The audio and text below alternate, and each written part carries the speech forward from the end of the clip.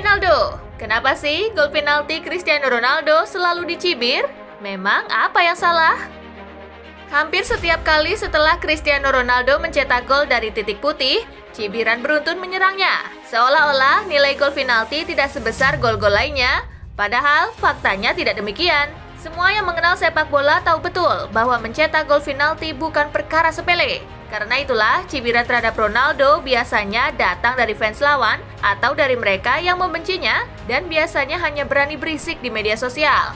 Ya, mencetak gol penalti tidak semudah yang terlihat, terlebih untuk beberapa gol penalti Ronaldo yang begitu penting. Sebut saja penalti di menit ke-90+3 saat timnya sedang tertekan, atau sepakan terakhir di babak adu penalti final Liga Champions. Tekanan pada momen-momen penting itu sangat besar, dan Ronaldo tidak pernah hancur menghadapinya. Sebaliknya, dia hampir selalu muncul sebagai pemenang. Sebab itu, cibiran terhadap gol penalti Ronaldo sebenarnya tidak masuk akal. Dikritik karena terlalu sering, Penaldo. Saking seringnya mencetak gol dari titik putih, Ronaldo sampai mendapatkan julukan tersendiri yaitu Penaldo. Tercatat, tanpa menghitung adu penalti, Ronaldo telah mencetak 126 gol penalti dari 138 kesempatan di level klub. Artinya, dia nyaris tak pernah gagal dan selalu dipercaya jadi algojo. Inilah penyebab munculnya julukan Penaldo, yakni karena Ronaldo terlalu sering mendapatkan kesempatan dan menuntaskannya dengan baik. Sebagai perbandingan, Lionel Messi mendapatkan 97 kesempatan penalti dan berhasil mencetak 90 gol. Sebenarnya sama saja, hanya penalti Messi belum sebanyak Ronaldo. Dikritik saat tidak menendang.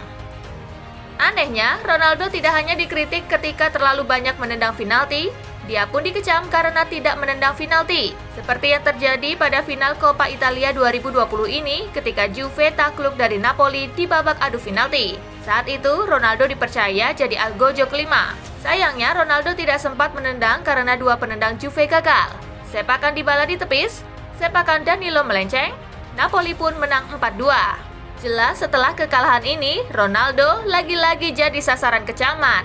Dia disebut sengaja memilih jadi penendang kelima untuk mendapatkan sorotan lebih ketika Juve menang, supaya golnya jadi penentu. Padahal, penendang kelima dalam penalti biasanya memang diisi oleh pemain algojo terbaik. Ada beban mental lebih di sana, yang biasanya jadi penentu kemenangan atau kegagalan.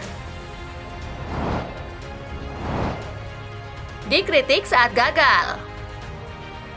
Nah, bagi Ronaldo, selain dikritik karena terlalu banyak gol penalti dan karena tidak menendang, dia pun dikritik ketika gagal.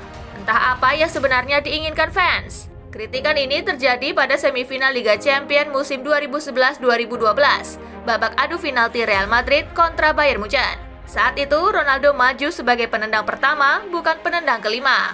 Ronaldo mencetak 2 gol Madrid di waktu normal, tapi Bayern membalas 1 gol dan memaksa laga dilanjutkan ke adu penalti karena agregat sama kuat 3-3. Bintang Portugal ini maju sebagai penendang pertama, tapi gagal menaklukkan Manuel Neuer. Sepertinya kegagalan ini menjatuhkan mental pemain Madrid yang akhirnya takluk 1-3. Jelas Ronaldo dikritik setelahnya. Jadi penendang pertama dikritik, penendang kelima pun dikritik.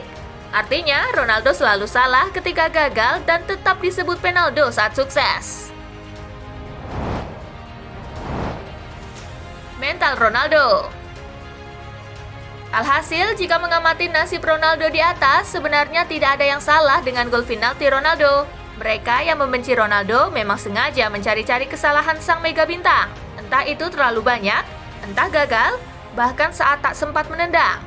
Bagaimanapun, Ronaldo tetaplah salah satu algojo penalti terbaik. Fakta ini tidak bisa dibantah. Tekniknya dilengkapi mental tangguh yang tak gentar di situasi sesulit apapun. Lihat saja video yang beredar di media sosial beberapa tahun lalu. Tayangan ini menunjukkan momen saat sebelum Ronaldo mengeksekusi penalti krusial pada duel leg kedua perempat final Liga Champions antara Real Madrid versus Juventus. Kondisinya, Madrid sudah menang 3-0 di leg pertama di Turin. Seharusnya leg kedua mudah. Namun tak disangka Juve justru tampil beringas di Bernabeu dan berhasil unggul 3-0. Seharusnya laga berlanjut ke babak tambahan, tapi Madrid mendapatkan penalti tepat di menit ke-90. Konflik tak terhindarkan di lapangan, pemain-pemain Juve berang memprotes wasit. Namun saat itu Ronaldo terlihat hanya fokus kepada bola, bahkan perkataan rekan-rekannya diabaikan. Apalagi konfrontasi pemain Juve, tekanan besar di pundak Ronaldo, dan dia menuntaskan penalti dengan baik. Nah, gimana nih menurut kalian tentang pembahasan di atas? Jika ada tambahan atau masukan, bisa kalian tulis di kolom komentar di bawah ya. Simak terus pembahasan-pembahasan menarik lainnya dari Spasi. See you, gengs!